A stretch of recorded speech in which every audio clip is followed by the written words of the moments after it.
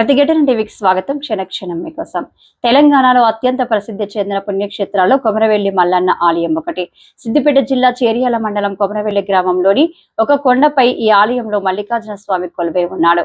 సిద్దిపేట నుంచి సుమారు 24 కిలోమీటర్ల, హైదరాబాద్ నుంచి సుమారు 90 కిలోమీటర్ల దూరంలో ఈ ఆలయం ఉంటుంది. ప్రతి ఏటా కొమరవెల్లి మల్లన్నకు 25 లక్షల మందికి పైగా భక్తులు దర్శించుకుంటారని అంచనా.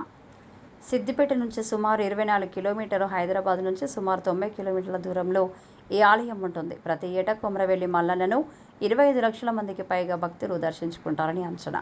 ముఖ్యంగా జాతర సమయంలో భక్తుల రద్దీ విపరీతంగా ఉంటుంది. సాధారణ రోజుల్లో కూడా రోజుకు 5 నుంచి 10,000 మంది భక్తులు వస్తుంటారు. ప్రస్తుతం ఈ ఆలయానికి ప్రైవేటు వాహనాలు, బస్సుల్లో భక్తులు వస్తుంటారు. కొమరవెల్లికి సుమారు 45 కిలోమీటర్ల దూరంలో జనగాం రైల్వే స్టేషన్ ఉంది. సికింద్రాబాద్ నుంచి కూడా లకుడ్హారం వంటి సమీప స్టేషన్కు రైళ్లు అందుబాటులో ఉంటాయి. అక్కడి నుండి స్థానిక బస్సులు లేదా ప్రైవేటు వాహనాల ద్వారా ఆలయానికి వెళ్తుంటారు. ఆలయం సమీపంలో రైల్వే స్టేషన్ ఏర్పాటు చేయాలని ఎప్పటి నుంచో భక్తులు కోరుతున్నారు. దీంతో కొమరవెల్లి రైల్వే స్టేషన్ ఏర్పాటుకు కేంద్రం గ్రీన్ సిగ్నల్ ఇచ్చింది.